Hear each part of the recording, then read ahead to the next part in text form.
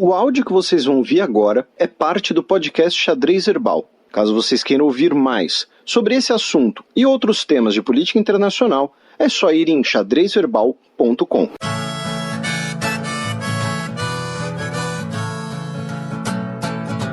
Coluna aberta. York City, summer sweat, and the boys are rolling a cigarette.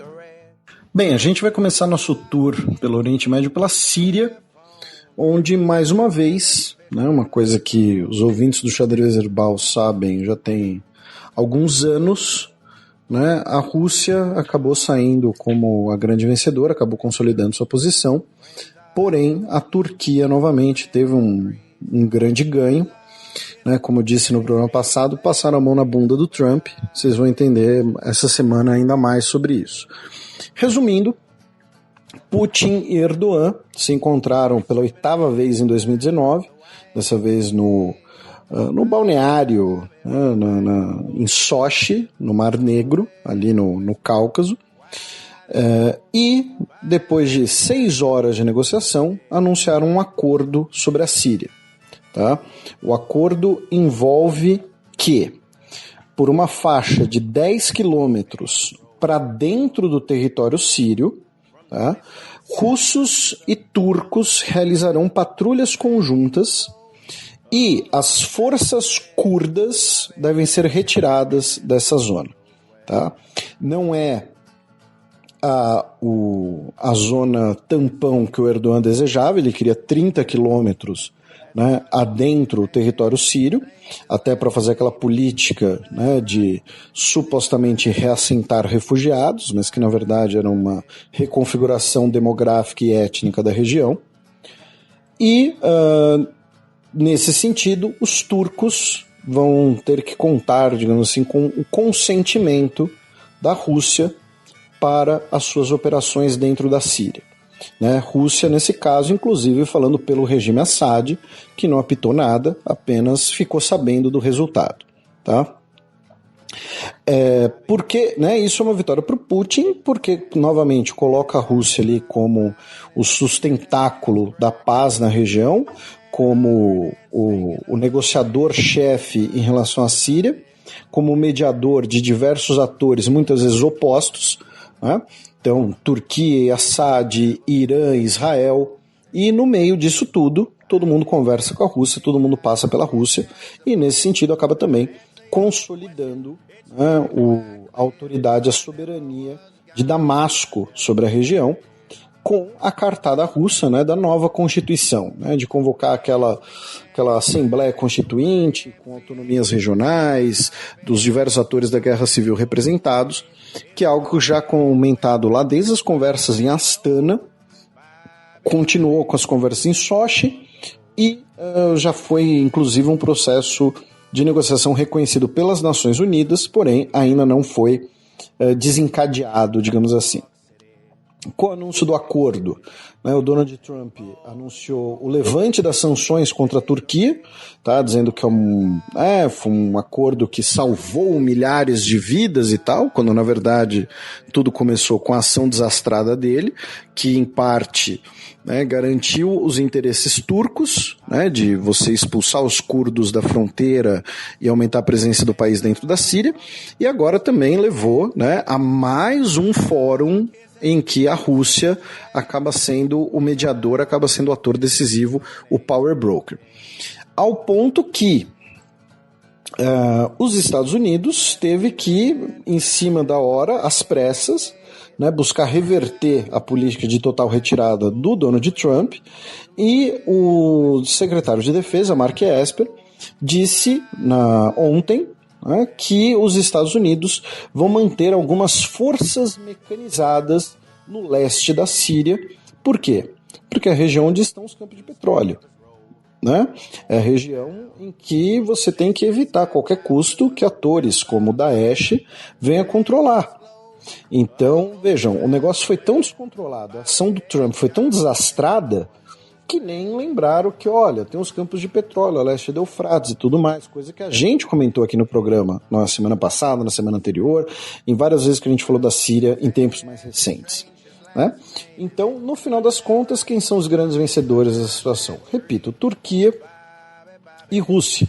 Né? Além disso, a grande preocupação, né, digamos assim, internacional sobre a possibilidade de pessoas que viviam em áreas que foram submetidas pelo Daesh de fugirem da prisão, de se libertarem, saírem por aí, né, pessoas com eventuais simpatias pelo grupo terrorista. Né? Então, novamente, mais um exemplo, né, que mostra como a ação do Trump foi desastrada. Né? Então,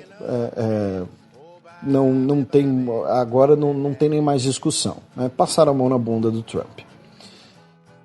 Aí a gente cruza a fronteira, vamos até o Líbano, onde os protestos essa semana também foram enormes. Né? A gente vai falar bastante do Chile mais para frente no programa. Porém, a gente comentou no programa passado que começaram os protestos no Líbano por conta da tarifa do WhatsApp.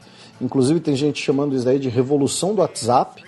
Porém, os protestos não acabaram, mesmo com o anúncio ali da mudança, da retirada do imposto do WhatsApp. Os protestos continuam até hoje, tá? São os maiores protestos da história do Líbano desde a Revolução do Cedro, de 2005, né? O cedro, né? O nome da árvore, que está na bandeira do Líbano. Muitos das comunidades libanesas fora do país também protestam, inclusive aqui em São Paulo teve protestos em frente ao consulado libanês. E uma coisa que é importante de colocar, que muita gente tem falado errado, tem falado bobagem, tá? Num português claro, que os protestos são coisa do Hezbollah, tem ligação com o Hezbollah, com terrorismo para desestabilizar o país, alguma coisa assim. Não, na verdade o Hezbollah é um dos alvos dos protestos, tá? Porque é importante a gente lembrar que o Hezbollah hoje faz parte do governo libanês, tá? Inclusive simpatizantes do Hezbollah e manifestantes saíram na porrada nas ruas de Beirute, tá? Teve inclusive gente bastante ferida, bastante machucada, tá? O governo, né, do Líbano, por sua vez, fez uma aparição, né, o governante libanês, melhor dizendo, né, o primeiro-ministro Hariri, ele apareceu na TV dizendo que ouviu a voz das ruas, que teríamos corte de salários de funcionários do governo, diminuição da máquina estatal, comprometimento de redução da dívida pública, né? Ele apresentou o orçamento para 2020 sem déficit fiscal. Ele disse também que a decisão não foi tomada para impedir a expressão do seu desagrado, mas o movimento de vocês serviu para que pudéssemos chegar a um acordo. Né? O pudéssemos, no caso, falando justamente dos diversos integrantes do governo libanês, porém os protestos continuam. Tá? É bom deixar isso claro. Aí cruzamos mais uma fronteira que não pode ser cruzada, inclusive, né? Mas vamos até o Israel, onde Netanyahu abdicou, não do poder, né, mas abriu mão, disse ao presidente que não conseguiu formar uma coalizão de governo, tá, que ele não vai ter como fazer isso, e aí passou, né, essa tarefa para o Benny Gantz, que ficou em segundo na eleição, e aí continuam todos os cálculos eleitorais que a gente comentou, que eu comentei em tempos passados, na época da eleição, via texto na Gazeta, via o podcast. E o principal aspecto que é o seguinte, o indiciamento do Netanyahu é o grande entrave para uma coalizão. Né, o Benny Gantz já falou que não vai fazer uma coalizão com o Netanyahu indiciado, que ele gostaria de ter o Likud na sua coalizão, mas sem o Netanyahu. Né, vamos ver como é que fica. Até porque é o seguinte, o Netanyahu ele é parlamentar. Né? Então, se o Netanyahu não for o primeiro-ministro, ele como parlamentar não tem a mesma imunidade que teria como primeiro-ministro.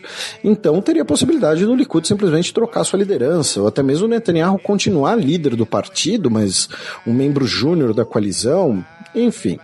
Né? E por último, vamos para o Iraque, onde os protestos também continuam, né? A questão do Iraque é uma questão bastante delicada, eu comentei disso semanas atrás, dizendo que a gente ainda vai abordar melhor, eu tenho lido algumas coisas, tenho tentado estudar um pouco o assunto, mas foi uma noite bastante violenta em Bagdá, que deixou 40 pessoas mortas, tá? especialmente porque pessoas foram manifestar na frente do quartel da milícia Asaib al-Haq, que é uma milícia xiita que tem apoio do Irã. Tá? Isso foi na cidade de Amara, que fica a 300 quilômetros de Bagdá.